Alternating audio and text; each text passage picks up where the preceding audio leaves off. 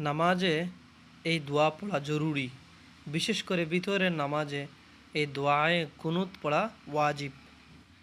আজকে আমরা শুদ্ধ করে শিখে নিই দোয়া কুনুতটা। দোয়ায়ে কুনুত।